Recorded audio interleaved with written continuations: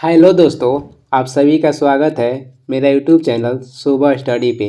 तो चलिए शुरू करते हैं आज के क्लास। आज हम लोग पढ़ेंगे जो एडिटोरिया बुक पढ़ रहे हैं जिसमें 5000 जीके जीएस दिया गया है उसका अगला पार्ट। तो चलिए शुरू करते हैं। पहला क्वेश्चन हो जाएगा, निम्नलिखित में से किसका नियुक्ति राष्ट्रपति द्वारा की जाती है? तो इसमें हो जाएगा वित्त आयोग के अध्यक्ष का। वित्त आयोग का अध्यक्ष का नियुक्ति राष्ट्रपति के द्वारा की जाती है। और वित्त आयोग का गठन कब किया गया था? ये किया गया था 1951 में। और वित्त आयोग का गठन का कहेगा कि कहाँ उल्लेख किया गया, अनुच्छेद में कहेगा तो अनुच्छेद 280 में। और लोकसभा के अध्यक्ष को लोकसभा के सदस्य सब मिलकर चुनते हैं। लोकसभा के अध्यक्ष को कैसे हटाया जाता है? लोकसभा के अध्यक्ष को कैसे हटाया जाता है? लोकसभा के तत्कालीन सदस्यों के विशेष बहुमत से पारित संकल्प के द्वारा। और लोकसभा का कहेगा कि सदस्य लोकसभा का अध्यक्ष किस अनुच्छेद के तहत चुनते हैं? तो अनुच्छेद 93 के तहत। आगे हो जाएगा 3 नंबर क्वेश्चन है, बहुआयामी निर्धनता सूचकांक का संकेत नहीं है। बहुआयामी निर्धनता सूचकांक का बोल रहा है कि संकेत नहीं है, संकेतक नहीं है, तो इसमें हो जाएगा आय। इसमें बहुआयामी निर्धनता सूचकांक का संकेतक आय नहीं है। बाकी सब हो जाएगा स्वच्छता, पेयजल और बाल मृत्यु दर। राष्ट्रीय आय समिति का गठन कब किया गया था? तो 1949 में। और राष्ट्रीय योजना समिति का गठन हुआ था 1938 में।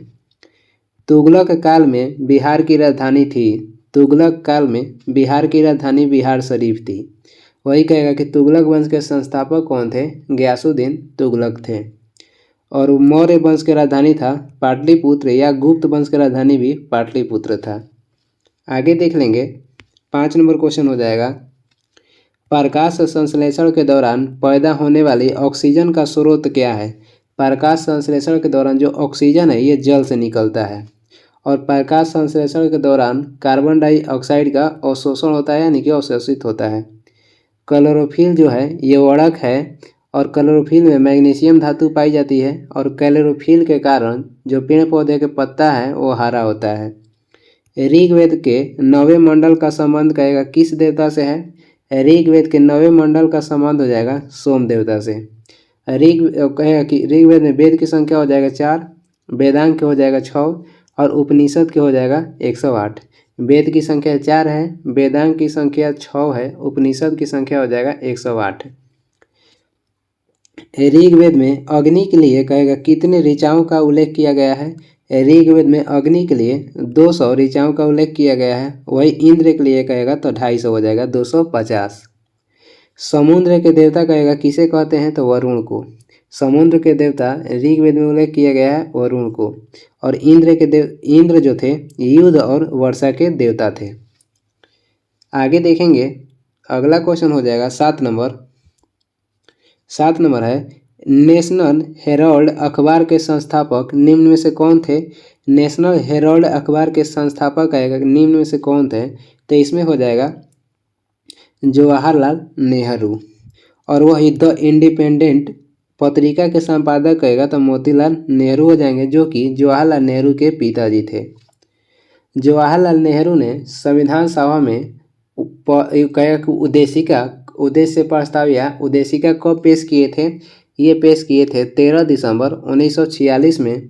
और उद्देशिका प्रस्ताव को संविधान सभा द्वारा अपनाया गया था 22 जनवरी 1947 को। ये पेश किए थे 13 दिसंबर 1946 को, और संविधान सभा द्वारा उद्देश्य प्रस्ताव अपनाया गया था 22 जनवरी 1947 को। सचिंदानंद सिन्हा को संविधान सभा का अस्थायी पहली बार चुना गया था, या सचिंदानंद सिन्हा संविधान सभा का पहला अस्थायी अध्यक्ष थे। और इन्हें चुना गया था 9 दिसंबर 1946 को, संविधान सभा के जिस दिन बैठक हुआ उस दिन। आगे देखेंगे। 8 नंबर क्वेश्चन हो जाएगा, प्राथमिक इंद्रधनुष में क्या होता है? प्राथमिक इंद्रधनुष में 2 बार अपवर्तन और 1 बार कुल आंतरिक परिवर्तन होता है, यानी कि संपूर्ण आंतरिक परिवर्तन होता है। आगे देखेंगे। 9 नंबर क्वेश्चन हो जाएगा, मास्टर्ड गैस का उपयोग किया जाता है। मास्टर्ड गैस जिसे मीथेन गैस भी कहा जाता है, इसका उपयोग कहाँ किया जाता है? रासायनिक युद्ध में।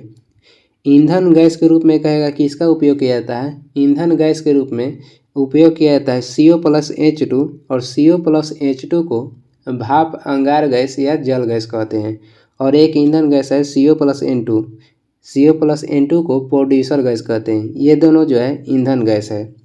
और कहेगा कि मीथेन कहाँ से निकलता है, तो धान के खेत से भी निकलता है, और गोबर गैस प्लांट जो है वहाँ से भी मीथेन गैस निकलता है। 10 नंबर हो जाएगा, भारत में सबसे पहले सोने के सिक्के किनके द्वारा जारी किए गए।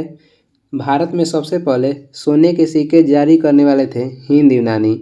वही कहेगा सोने के शुद्ध सिक्के किसने जारी किया, तो कुषाण वंश जो थे पहली बार शुद्ध सोने के सिक्के जारी किए थे। और सर्वाधिक कहेगा तो गुप्त शासक हो जाएंगे, सर्वाधिक सोने के सिक्के जारी करने वाले हो जाएंगे गुप्त। पहली बार कहेगा तो हिंद यूनानी हो जाएंगे, शुद्ध हो जाएगा कुषाण, और सर्वाधिक हो जाएंगे गुप्त। और वही कहेगा कि भारत में कौन ऐसा शासक था जो शक के प्रसिद्ध शासक था, तो यह जाएगा रुद्रदामन। आगे देखेंगे, अगला क्वेश्चन हो जाएगा 11 नंबर है, सूची 1 को सूची 2 से मिलान करना है। लोथल जो हड़प्पा कालीन स्थल है, लोथल के कहेगा खोजकर्ता या उत्खननकर्ता कौन थे, तो लोथल के खोज किए थे रंगनाथ राव ने। और लोथल जो है भोगवा नदी पे गुजरात में स्थित है। बनवाली हो जाएगा हरियाणा में, और इसका खोज किए थे रविंद्र सिंह बिष्ट। बनवाली जो कि हड़प्पा कालीन स्थल था उसका खोज किए थे, और ये हरियाणा में है। मोहनजोदड़ो के खोज किए थे रखाल दास बनर्जी, और रोपण के खोज किए थे जगदत्त शर्मा। मोहनजोदड़ो स्थित है पाक में यानी कि पाकिस्तान में, और रोपण जो है पंजाब में स्थित है। आगे देख लेंगे, 12 नंबर क्वेश्चन हो जाएगा, निम्न में से किसे अजातशत्रु के लोकप्रिय उपनाम से जाना जाता है। अजातशत्रु कहेगा किसे कहा जाता है, तो डॉक्टर राजेंद्र प्रसाद को अजातशत्रु कहते थे। और अजातशत्रु जो थे हरेक वंश के शासक थे। और कहेगा कि अजातशत्रु का उपनाम क्या था, तो कुणिक था। एक आता है बिंदुसार का उपनाम कहेगा तो अमित्रघात था। अजातशत्रु का लोकप्रिय कहेगा किसका नाम था, तो हो जाएगा राजेंद्र प्रसाद का। और अजातशत्रु जो कि बिंबिसार जो कि हरेक वंश के शासक थे, और इनका नाम हो जाएगा कुणिक। बिंदुसार का उपनाम कहेगा तो अमित्रघात था। जयप्रकाश नारायण ने हजारीबाग जेल से कहेगा कि कब भाग गए थे। जेल पर जयप्रकाश जो नारायण थे ये हजारीबाग के जेल से भागे थे 9 अक्टूबर 1942 को। वही कहेगा कि उस दिन कौन सी पर्व थी, तो दीपावली था, दिवाली या दीपावली। कर्पूरी ठाकुर का जन्म हुआ था 1924 में, और इनका जन्म हुआ था बिहार के समस्तीपुर में। आगे देखेंगे, 13 नंबर क्वेश्चन हो जाएगा, शक्ति के पृथक्करण का सिद्धांत निम्नलिखित में से किस राजनीतिक विचारक ने दिया। शक्ति के पृथक्करण का सिद्धांत निम्नलिखित में से किस राजनीतिक विचारक ने दिया, तो ये दिए थे मॉन्टेस्क्यू ने।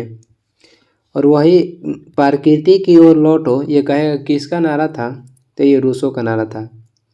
और वेद की ओर लौटो कहेगा किसका नारा था, तो दयानंद सरस्वती का। और प्रकृति की ओर लौटो कहेगा तो रूसो हो जाएंगे। एक नारा है दुनिया के मजदूर एक हो, ये किसने नारा दिया था, तो कार्ल मार्क्स दिए थे।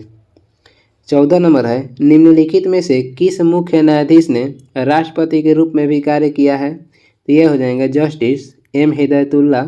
ये मुख्य न्यायाधीश थे जो कि भारत के राष्ट्रपति के रूप में भी कार्य किए हैं। जनहित याचिका के कहेगा भारत के जनक कौन है, जस्टिस PN भगवती। भारत में जनहित याचिका के जनक कहे जाते हैं जस्टिस PN भगवती को। आगे देखेंगे, अगला क्वेश्चन हो जाएगा 15 नंबर है, लोक लेखा समिति अपनी रिपोर्ट निम्नलिखित में से किसे प्रस्तुत करती है। लोक लेखा समिति अपना रिपोर्ट लोकसभा अध्यक्ष को पेश करती है। लोक लेखा समिति का गठन हुआ था 1921 में। लोक लेखा समिति को प्राक्कलन समिति का जुड़वा बहन कहा जाता है। लोक लेखा समिति में कुल 22 सदस्य होते हैं, 15 होते हैं लोकसभा से और 7 होते हैं राज्यसभा से। प्राक्कलन समिति में कुल 30 सदस्य होते हैं और सभी लोकसभा से होते हैं। प्राक्कलन समिति का गठन हुआ था 1950 में, और वही लोक लेखा समिति के 1921 में गठन हुआ था। आगे देख लेंगे, 16 नंबर क्वेश्चन हो जाएगा, पराबैंगनी किरण, एक्स किरण, सूक्ष्म किरण व गामा किरणों का तरंगदैर्घ्य को आरोही क्रम में सजाएं। यानी कि घटते क्रम में सजाना है तो सबसे अधिक तरंगदैर्घ्य वाला किरण हो जाएगा सूक्ष्म किरण, उससे कम पराबैंगनी किरण, उससे कम एक्स किरण और उससे कम हो जाएंगे गामा किरण। तरंगदैर्घ्य का मात्रक होता है एंगस्ट्रॉम। आगे देखेंगे 17 नंबर क्वेश्चन है, बिहार में कैदियों द्वारा नंगी हड़ताल किस आंदोलन के दौरान किया गया? बिहार में कैदियों द्वारा नंगी हड़ताल किया गया था सविनय अवज्ञा आंदोलन के समय, जो कि 1930 में हुआ था। और इसी में बानर सेना और मजरी सेना का उल्लेख है। सविनय कहा कि बानर सेना और मजरी सेना का संबंध किससे है? सविनय अवज्ञा आंदोलन से है। स्वदेशी आंदोलन हुआ था 1905 में और ये बंगाल विभाजन के विरोध में किया गया था। असहयोग आंदोलन हुआ था 1920 में। भारत छोड़ो आंदोलन हुआ था 8 अगस्त 1942 में। अस्थायी बंदोबस्त के अंतर्गत आने वाले क्षेत्रों में निम्न में से कौन शामिल नहीं है? अस्थायी बंदोबस्त जो कि पश्चिम बंगाल में लॉर्ड कॉर्नवालिस लगाए थे 1793 में, उसमें बोल रहा है कि कौन इसमें शामिल नहीं है, तो इसमें सिंध शामिल नहीं था, बंगाल शामिल था, उड़ीसा भी था और असम भी था। और बंगाल में कहेगा कि अस्थायी बंदोबस्त किसने लागू किए थे, तो 1793 में लॉर्ड कॉर्नवालिस हो जाएंगे। और एक आता है कि भारत में स्थानीय स्वशासन के जनक किसे कहा जाता है? लॉर्ड रिपन को कहा जाता है। आगे देख लेंगे, अगला क्वेश्चन है 19 नंबर, अगस्त घोषणा निम्न में से किसके द्वारा की गई? अगस्त घोषणा की गई थी लॉर्ड मांटेगू द्वारा। कब किया गया था? 1917 में। वही अगस्त प्रस्ताव कहेगा कब लाया गया था? 1940 में लाया गया था। लॉर्ड इरविन के कार्यकाल में इरविन समझौता हुआ था, जो कि गांधी जी और इरविन के बीच में हुआ था। अब 5 मार्च 1931 में हुआ था, जिसे दिल्ली समझौता भी कहा जाता है। 20 नंबर क्वेश्चन हो जाएगा। 20 नंबर क्वेश्चन है, इसमें मिलान करना है, सूची 1 को सूची 2 से मिलान करना है और ये सब अयस्क हैं। मैग्नीशियम के कहेगा अयस्क कौन सा है, तो टैल्क हो जाएगा। पोटेशियम के अयस्क हो जाएगा नाइटर।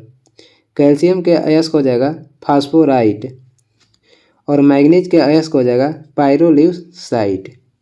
आगे देखेंगे 21 नंबर क्वेश्चन है, द वे आउट पैम्पलेट किसके द्वारा प्रकाशित किया गया? द वे आउट पैम्पलेट किसके द्वारा प्रकाशित किया गया था? सी राजगोपालाचारी द्वारा। और कहेगा कि जब भारत रत्न की शुरुआत की गई थी 1954 में, उस समय 3 व्यक्ति को भारत रत्न दिया गया था। पहली बार दिया गया सर्वपल्ली राधाकृष्णन को, उसके बाद सीवी रमन को, उसके बाद सी राजगोपालाचारी को। तो इन्हें पहली बार भारत रत्न दिया गया था सर्वपल्ली राधाकृष्णन के साथ और सीवी रमन के साथ में। और इनका उपनाम हो जाएगा राजा जी। इन्हें राजा जी के उपनाम से भी जाना जाता है। चौधरी जो रहमत अली थे, ये पाकिस्तान शब्द देने वाले पहला व्यक्ति थे।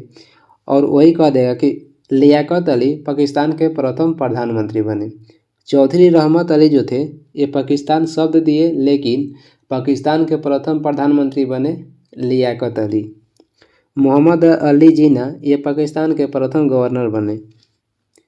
आगे देख लेंगे 22 नंबर क्वेश्चन हो जाएगा, प्रथम आंग्ल मराठा युद्ध किस संधि के साथ समाप्त हुआ? प्रथम आंग्ल मराठा जो युद्ध समाप्त हुआ था, इस सालाबाई के संधि के तहत समाप्त हुआ था। और सालाबाई की संधि हुआ था 1782 में। प्रथम आंग्ल मराठा युद्ध हुआ था 1775 और 1782 के बीच हुआ था। पुरंदर की संधि हुआ था 1665 में। बेसिन की संधि हुई 1802 में और ये बाजीराव द्वितीय और अंग्रेज के बीच में हुआ था। सूरत की संधि हुआ था 1775 में। आगे देख लेंगे 23 नंबर क्वेश्चन है, नादिर शाह का आक्रमण किस मुगल बादशाह के काल में हुआ था? नादिर शाह बोल रहा है कि किस मुगल शाह के काल में आक्रमण किया था? तो नादिर शाह आक्रमण किया मोहम्मद शाह के काल में और 1739 में किया था। और नादिर शाह ने भारत से मयूर सिंहासन लूट कर लेकर चला गया। आलमगीर की उपाधि धारण किए थे औरंगजेब ने। 24 नंबर क्वेश्चन हो जाएगा, किस कांग्रेस सत्र में कार्यकारी कमेटी को सविनय अवज्ञा आंदोलन प्रारंभ करने का अधिकार दिया गया था? तो ये सत्र था कांग्रेस का लाहौर सत्र, जो कि 1929 में हुआ था और इसका अध्यक्षता किए थे जवाहरलाल नेहरू ने।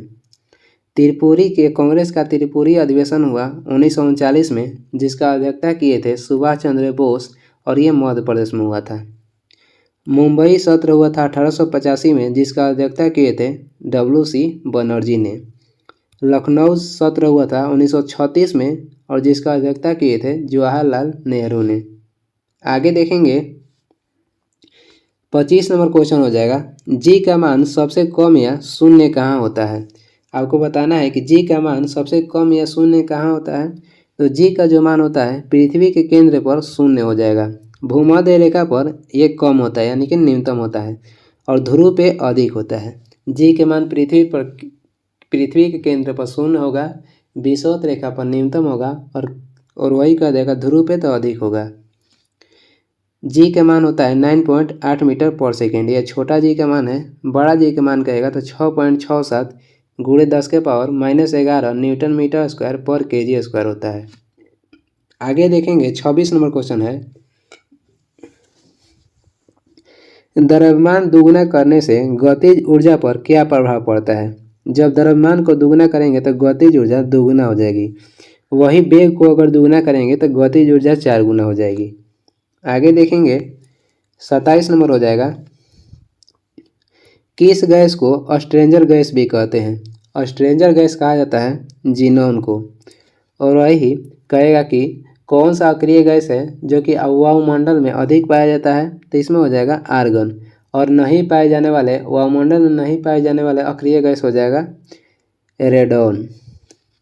भारतीय संविधान के किस अनुच्छेद के अंतर्गत भारत सरकार का दायित्व है कि वह आक्रमण एवं आंतरिक अशांति से राज्यों की रक्षा करे। तो ये हो जाएगा अनुच्छेद 355 में इसका उल्लेख किया गया है। अनुच्छेद 352 के तहत राष्ट्रीय आपातकाल लागू किया जाता है, और वित्तीय आपातकाल लागू किया जाता है अनुच्छेद 360 के तहत। राष्ट्रपति शासन लागू होता है अनुच्छेद 356 के तहत। और वही कहेगा कि किस अनुच्छेद के तहत राष्ट्रपति मौलिक अधिकार को निलंबित कर सकता है, तो ये हो जाएगा अनुच्छेद 359 के तहत। मौलिक अधिकार को निलंबित करने की शक्ति राष्ट्रपति को दिया गया है, और मौलिक अधिकार को संशोधन करने की शक्ति जो दिया गया है वो संसद को दिया गया है। आपातकाल लागू होने पर 359 के तहत मौलिक अधिकार को राष्ट्रपति निलंबित कर सकता है। आगे देखेंगे घाटे की वित्तीय व्यवस्था का अर्थव्यवस्था पर क्या प्रभाव पड़ता है। घाटे की वित्तीय व्यवस्था का अर्थव्यवस्था पर क्या प्रभाव पड़ता है। मुद्रा आपूर्ति में वृद्धि होती है। मुद्रा आपूर्ति में क्या होगी, वृद्धि होती है, या मुद्रास्फीति में वृद्धि होती है। आगे देखेंगे अगला क्वेश्चन हो जाएगा 30 नंबर है, भारत के किस शहर में अटाला मस्जिद स्थित है। जौनपुर में स्थित है। अटाला मस्जिद कहेगा किसने बनवाया था। इब्राहिम शाह सर्की ने अटाला मस्जिद निर्माण करवाए थे, जो कि जौनपुर में है। और वही कहेगा कि बम्बई का नाम बदलकर मुंबई कब कर दिया गया। बम्बई का नाम बदलकर मुंबई किया गया था 1995 में। आगरा शहर की स्थापना किए थे सिकंदर लोदी ने 1504 में। 31 नंबर हो जाएगा, किस गवर्नर के समय द्वितीय आंग्ल सिख युद्ध संपन्न हुआ था। किस गवर्नर के समय द्वितीय आंग्ल सिख युद्ध संपन्न हुआ। लॉर्ड डलहौजी के समय द्वितीय आंग्ल सिख युद्ध हुआ था 1848 से 49 के बीच। प्रथम आंग्ल सिख युद्ध कहेगा था 1845 से 46 के बीच में हुआ था। उस समय कार्यकाल था लॉर्ड हार्डिंग का। लॉर्ड एलनबरो के कार्यकाल में दास प्रथा का अंत कर दिया गया था 1843 में।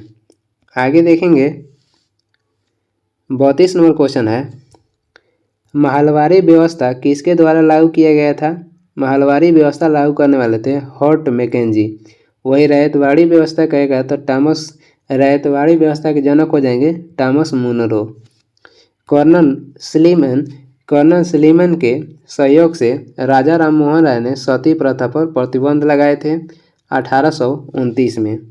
लॉर्ड कॉर्नवालिस ने 1793 में पश्चिम बंगाल में अस्थायी बंदोबस्त लागू किए थे। 33 नंबर हो जाएगा, राज्यपाल द्वारा जारी किए गए अध्यादेशों की स्वीकृति की आवश्यकता है। तो विधानसभा को राज्यपाल द्वारा जारी किए गए अध्यादेशों की स्वीकृति की आवश्यकता है विधानसभा को। राष्ट्रपति अध्यादेश जारी करते हैं अनुच्छेद 123 के तहत। वही कहेगा कि संसद मौलिक अधिकार को संशोधन कर सकता है और निलंबित कहेगा तो राष्ट्रपति करेंगे। आगे देखेंगे 34 नंबर क्वेश्चन हो जाएगा, किस संविधान संशोधन द्वारा राज्यों को सामाजिक और शैक्षिक दृष्टि से पिछड़े वर्गों, अनुसूचित जातियों एवं जनजातियों के लिए शैक्षणिक संस्थानों में आरक्षण प्रदान करने हेतु विशेष उपबंध बनाने की शक्ति प्रदान की गई है? तो ये अनुच्छेद हो जाएगा 93वां संविधान संशोधन अधिनियम 2005 में। बोल रहा है कि किस संविधान संशोधन द्वारा राज्यों को सामाजिक और शैक्षिक दृष्टि से पिछड़े वर्गों, अनुसूचित जातियों एवं जनजातियों के लिए शैक्षणिक संस्थानों में आरक्षण प्रदान करने हेतु विशेष उपबंध बनाने की शक्तियाँ प्रदान की गई है? तो ये हो जाएगा 93वां संविधान संशोधन 2005 में। 92वां संविधान संशोधन अधिनियम लागू हुआ था 2003 में और इसके तहत 8वीं अनुसूची में 3 भाषा जोड़ा गया था। इसका ट्रिक हो जाएगा नमक। नेपाली, मणिपुरी और कोंकणी भाषा को 8वीं अनुसूची में जोड़ा गया 92वां संविधान संशोधन 2003 में। आगे देख लेंगे 35 नंबर हो जाएगा, विधान परिषद की कुल सदस्यों में से कितना सदस्य राज्य में रह रहे स्नातकों के द्वारा निर्वाचित होते हैं? तो कुल सदस्य का 1/12 भाग। और विधान परिषद में विधानसभा के कहेगा तो कुल सदस्यों का कितना भाग चुना जाता है? 1/3 भाग। मंदिर निर्माण कला का जन्म किस काल में हुआ? मंदिर निर्माण कला का जन्म हुआ था गुप्त काल में, यानी कि मंदिर निर्माण कला की शुरुआत की गई थी गुप्त काल में और वही मूर्ति निर्माण कला की शुरुआत की गई थी कुषाण काल में। कला के क्षेत्र में अधिक कहेगा कि प्रभाव कब उत्पन्न हुआ? तो मौर्य काल में। आगे देखेंगे 37 नंबर क्वेश्चन हो जाएगा, मेगास्थनीज के अनुसार मौर्यकालीन समाज में किस वर्ग का अस्तित्व नहीं था? मेगास्थनीज के अनुसार मौर्यकालीन समाज में किस वर्ग का अस्तित्व नहीं था? ब्राह्मण वर्ग का। मेगास्थनीज जो भारत आए थे चंद्रगुप्त मौर्य के शासनकाल में और मेगास्थनीज ने भारतीय समाज को 7 भाग में बांटे थे। प्रछन्न या छिपी हुई बेरोजगारी का अर्थ है, प्रछन्न या छिपी हुई बेरोजगारी का अर्थ है श्रमिक की सीमांत उत्पादकता शून्य है और प्रछन्न या छिपी हुई बेरोजगारी देखी जाती है कृषि क्षेत्र में।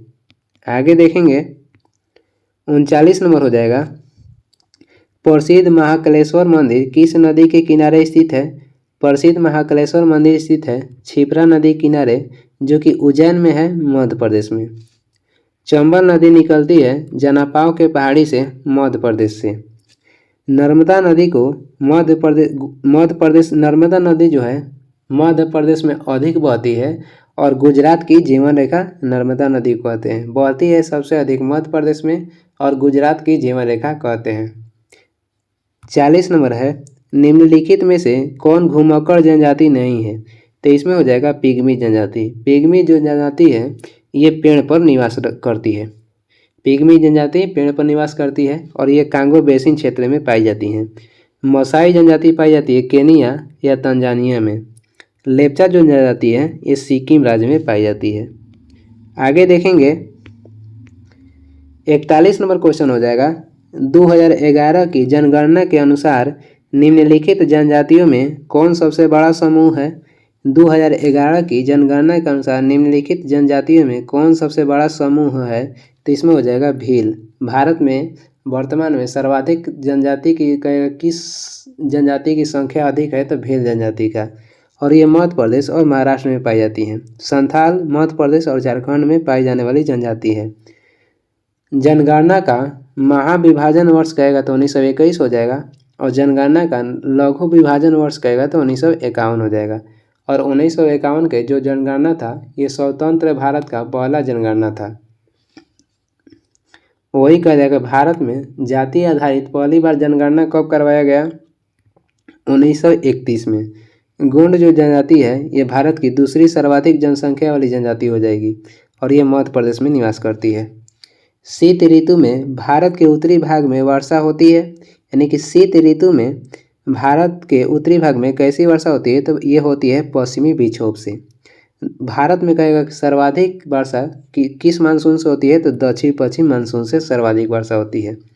और लौटते हुए मानसून से तमिलनाडु और आंध्र प्रदेश में सर्वाधिक वर्षा होता है। आगे देखेंगे 43 नंबर हो जाएगा, निम्नलिखित में कौन सी नदी भूमि बंधित है? तो इसमें हो जाएगा लूनी नदी।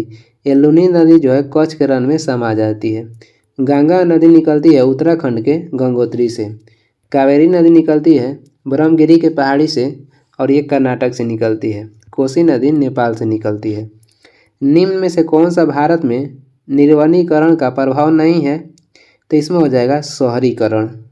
आगे देख लेंगे 45 नंबर हो जाएगा, कार्बन क्रेडिट की शुरुआत कहाँ से हुई? कार्बन क्रेडिट की शुरुआत हुई थी क्योटो प्रोटोकॉल जो कराया गया था 1997 में जापान से। और क्योटो प्रोटोकॉल जो कराया गया था CO2 का जो अधिक प्रभाव होता है उसको कम करने के लिए। UNO संयुक्त राष्ट्र संघ का गठन किया गया था 24 अक्टूबर 1945 को और इसका मुख्यालय न्यूयॉर्क अमेरिका में है। पृथ्वी सम्मेलन पहली बार हुआ था 1992 में ब्राज़ील की राजधानी रियो डी जेनेरियो में। मॉन्ट्रियल प्रोटोकॉल कराया गया था ओजोन परत को जो क्षरण हो रहा है उसका रोकने के लिए 1987 में और ये कनाडा हुआ था। सम्मिलित करना है सूची 1 को सूची 2 से। धोवन सोडा का सूत्र क्या है? तो धोवन सोडा का सूत्र हो जाएगा Na2CO3 और 10 H2O। खाने वाला सोडा का रासायनिक सूत्र हो जाएगा NaHCO3। विरंजक चूर्ण का रासायनिक सूत्र होता है CaOCl और Cl यानी COCl2। प्लास्टर और पेरिस का रासायनिक सूत्र हो जाएगा CaSO4 का होल ट्वाइस और H2O। आगे देखेंगे 47 नंबर क्वेश्चन हो जाएगा, निम्नलिखित में से किस रंग का प्रकीर्णन सबसे ज़्यादा होता है? बैगनी का प्रकीर्णन कारक सबसे अधिक होगा और लाल का प्रकीर्णन सबसे कम होता है, जबकि तरंगदैर्घ्य लाल का सबसे अधिक होता है और बैगनी का कम होता है। नीला प्लस हरा रंग मिलकर मैजेंटा बनता है और हरा प्लस लाल रंग मिलकर ये पीला बनता है। लाल और हरा रंग मिलेगा तो पीला होगा और नीला हरा रंग मिलेगा तो मैजेंटा हो जाएगा। 48 नंबर क्वेश्चन देखेंगे, हाइड्रोक्लोरिक ब्रेक किस नियम पर आधारित होता है? हाइड्रोक्लोरिक ब्रेक जो है पास्कल के नियम पे आधारित होता है। हवाई जहाज जो उड़ते हैं ये बर्नौली के नियम या सिद्धांत पर उड़ते हैं और पानी वाला जो जहाज चलता है ये आर्किमिडीज का सिद्धांत पे कार्य करता है। हवाई जहाज कहेगा तो बर्नौली के सिद्धांत पर उड़ता है और पानी के जहाज आर्किमिडीज के सिद्धांत पर चलता है और वही हाइड्रोक्लोरिक ब्रेक हो जाएगा, ये पास्कल के नियम पे कार्य करता है। 49 नंबर क्वेश्चन हो जाएगा, रेडियो एक्टिवता की खोज किसने की? तो इसमें हो जाएगा हेनरी बैक्यूरेल। मैडम क्यूरी ने रेडियम की खोज की थी और ये पहली महिला थी जिसे नोबेल पुरस्कार 2 क्षेत्र में दिया गया या 2 बार दिया गया। पहली बार दिया गया था फिजिक्स के क्षेत्र में 1903 में और केमिस्ट्री के क्षेत्र में दूसरी बार दिया गया 1911 में। रदरफोर्ड ने नाभिक की खोज किए थे। आगे देखेंगे अगला क्वेश्चन हो जाएगा 50 नंबर, ज्वार पैदा करने वाला बल निम्नलिखित में से किन 2 बलों के बीच का अंतर है? तो ये हो जाएगा गुरुत्वाकर्षण खिंचाव तथा केंद्र त्यागी बल। आगे कुछ वन लाइनर क्वेश्चन है, देख लेते हैं। गुलाम वंश के कहेगा संस्थापक कौन थे? ये कुतुबुद्दीन ऐबक थे और ऐबक के समय राजधानी कहेगा गुलाम वंश की कहाँ थी? तो लाहौर थी। कुतुब मीनार की नींव ऐबक ने ही डाली थी और कुतुब निर्माण का कहेगा पूर्ण रूप से निर्माण किसने किया था? इल्तुतमिश ने किया था। ऐबक को लाख बख्श भी कहा जाता है।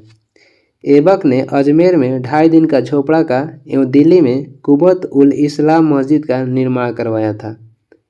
आगे देखेंगे बख्तियार खिलजी ऐबक का सेना नायक था जिसने नालंदा विश्वविद्यालय को ध्वस्त किया था। डेट कहेगा तो 1193 में और नालंदा विश्वविद्यालय का निर्माण करवाए थे कुमारगुप्त प्रथम। इल्तुतमिश ऐबक का गुलाम एवं दामाद था तथा ऐबक के मृत्यु के समय यह बदाऊं का शासक था। इल्तुतमिश ने राजधानी को लाहौर से दिल्ली स्थानांतरित किया। इल्तुतमिश पहला शासक था जिसने सुल्तान पद की वैधानिक स्वीकृति बगदाद के खलीफा से प्राप्त की थी। इल्तुतमिश ने सबसे पहले शुद्ध अरबी सिक्के जारी किए थे। इसने तुर्कान-ए-चिहलगान नामक संगठन बनाया जिसे चालीसा दल भी कहा जाता था। इसने एकता प्रणाली की शुरुआत की। इल्तुतमिश द्वारा शुरू किए गए संगठन तुर्कान ए चिलगानी का विनाश किसने किया था? तो विनाश कहेगा तो बलबन ने किया था। इसने राज दरबार में सिजदा एवं पैबोस प्रथा की शुरुआत की और इसने अपने विरोधियों के प्रति लौह एवं रक्त की नीति पालन किया। सिजदा का अर्थ होता था सर झुकाना और पैबोस का अर्थ होता था पैर छूना। आगे देखेंगे, नसीरुद्दीन मोहम्मद ने बलबन को उल्गू खां की उपाधि दी। नसीरुद्दीन मोहम्मद एकमात्र सुल्तान था जो टोपी सीकर अपना जीवन यापन करता था। ये वीडियो का लास्ट क्वेश्चन था और वीडियो को लास्ट तक देखने के लिए धन्यवाद। वीडियो पसंद आ रहा तो लाइक कर दीजिएगा और चैनल पर नए हैं तो सब्सक्राइब भी कर दीजिएगा। और इस कुछ सलाह है सुझाव देना है तो कमेंट करके ज़रूर बताएं। और इसका PDF चाहिए तो डिस्क्रिप्शन में टेलीग्राम का लिंक है, वहाँ से डाउनलोड कर लीजिए या टेलीग्राम पर सर्च भी कर सकते हैं सुबह स्टडी। Thank you.